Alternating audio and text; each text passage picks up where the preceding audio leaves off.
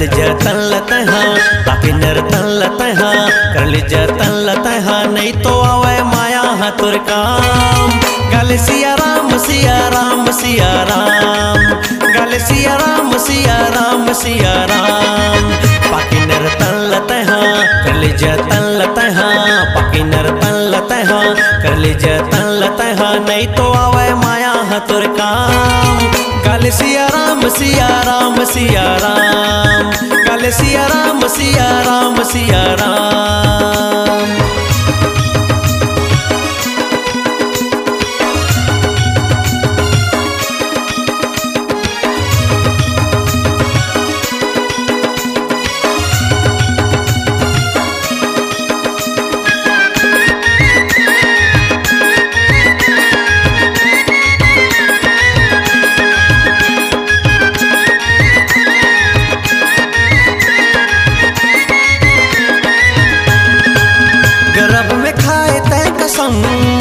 करत रहूं हरि भजन गर्भ में खाए तय कसम करत रहूं हरि भजन मगर तय माया में भरम भुला डरे सबो धर्म मगर तय माया में भरम भुला डरे सबो धर्म तेरे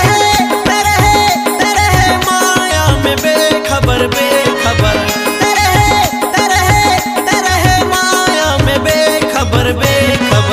पाके नरतन लतहा करले जतन लतहा पाके नरतन लतहा करले जतन लतहा नहीं तो आवे माया हतुर काम गल सिया राम सिया राम सिया राम गल सिया राम सिया राम सिया राम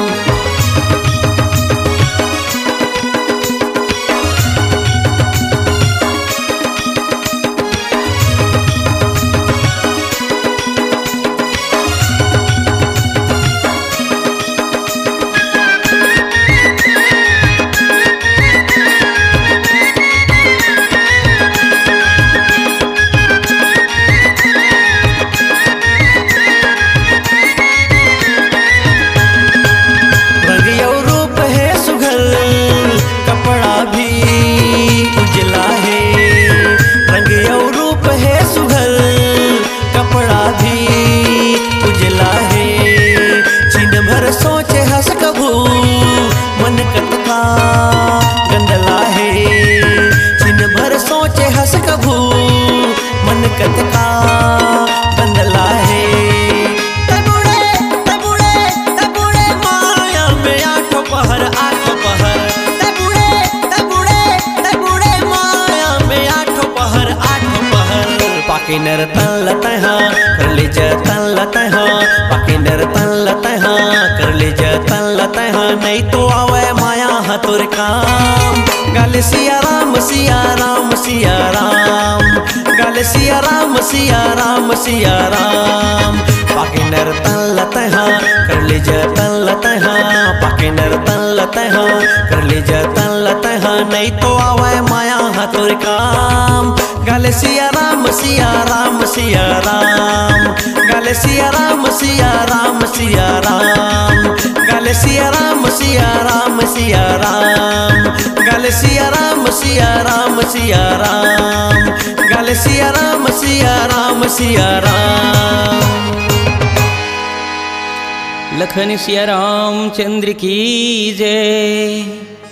जातु धान सुनी रावण वचना लागे रचे मूड सोई रचना। जत का बेरा रावण कथे के खरपुछी में कपड़ा लपेट के आगी लगा दो। तो रावण के बात ला सुन के राक्षस मन हा वही उपाय करे लगिन और सब कोई दौड़ दौड़ के कपड़ा डोहारे लगिन। हनुमान जी कथे मैं एक झन मोर पूछी एक ठन और वह नान कन पूछी तेखर बर सब्बो कपड़ा लाने बर जावत है और सब्बो तेल डोहारेल धर लीन।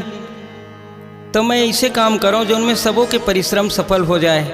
ऐसे कही के हनुमान जी अपन पूछी ले जय श्री राम के हिस अब ऐसन बढ़ाईस कि राक्षस मन के हे लगिन बाप रे पूछ कतेक लाम है तेला झन पूछ के ही। और जब कपड़ा लपेटे लगीन तो रहा न नगर बसन घृत तेला, बाढ़ी पूछ किन्न कपि खेला। हनुमान जी अपन पुछिल बढ़ईस, ओहू मन ला थोड़ा बहुत खेल दिखईस, तो गांव के नगर के पूरा कपड़ा लत्ता सिरा गे। ऐसना हनुमान के पूछी बाढ़ीस। आओ भला पूछी बाढ़ीस और कपड़ा लपेटे लगिस, रावण के ऊपर में का असर होइस तउन ला सुनाओ। दरबार में रहैया राक्षस मन के का असर होइस तउन ला छंद के माध्यम से सुनाओ। कही जय जय रघुबीर पवन सुत, पूछिला अपन बढ़ावन लागिस। रावण हाथरुआ धर बैठिस, जिन देखिस तेला अचरज लागिस। कपड़ा लपेटे लगिन जब हे तब, औलानौ कही चिल्लाइन। भस्के झन बने बांधो रे कसके, तेखर पाछू तेल चुहाइन। जतके लपेटे ततके खंगे, कहे काय चरित्र हो गे रे भाई। झन पूछ पूछ के बांस हवे, यह जमुहर काल पूछ के लंबाई।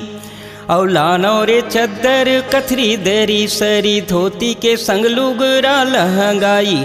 जौने दिखे तौने धरी लानो, तकिया सुपेती दुलाई रजाई। बांधत भस्के भस्कत बांधे, जतके तीरे तत के लमियाई। करिया पहाड़ बरोबर राक्षस, कारी पसीना लगे चुचुवाई।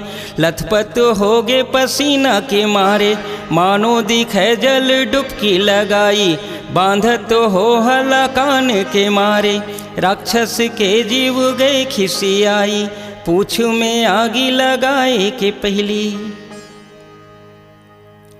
रावण के जीव गए अगियाई।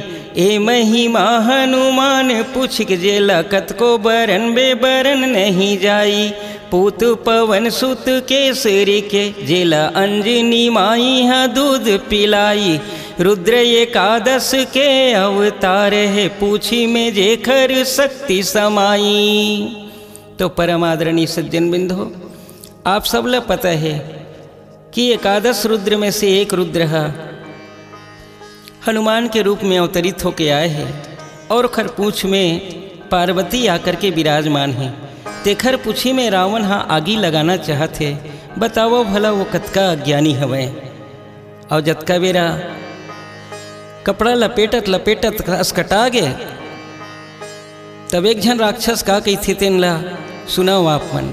एक निशाचर के है लगिस बचयत के में ढील दो आग। एक निशाचर के है लगिस बचयत के में ढील दो आग। पूछी हजर ही तहाँ ले बड़वा बेंदरा जाही भाग। पूछी हजर ही तहाँ ले बड़वा बेंदरा जाही भाग।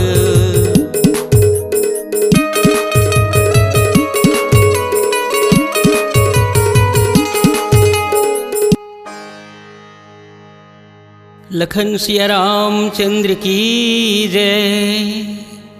हनुमान के पूछी यहाँ किस्म के बढ़त देखिस, तो एक झन राक्षस कथे भाई के अतके में आगे ढील दो।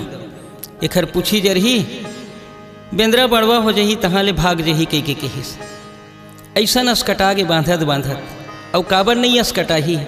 आप सब लोग पता है एक झन राक्षस हनुमान जी के पूछी के आखिरी रहर गुच्छिल पकड़ीस और बाकी मन कपड़ा लपेटे लगी। और कपड़ा लपेट के कस के बांधीन तहाँ हनुमान अपन पूछी ल पातरो कर लीस और नानकन कर लीस और सट ले तीर लीस। तब बंधैया मन कथे बने सी तीर के राख न कथे।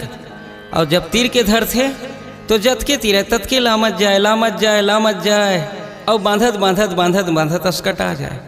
कस के बांधे तो हनुमान जी जय श्री राम कहे वो अपन पुछिल मोटवा दे। जतका कपड़ा बांधे रहे ते दरक दरक के चिरा चिरा के भसक जाए। और थोर को ढीला बांधे तब पातर कर देती इस पुछिल और सट ले फिर तीर दे। फिर भसके फिर बांधे ते पाए के कहा है बांधत भसके भसकत बांधे और जतके तीरे ततके लमियाई। बांधत जाए भसकत जाए भसकावत जाए हनुमान जी हा ओमन बांधत जाए और पसीना के मारे लथपथ हो गए रहे। राक्षस मन के जीव अस्कटा गे।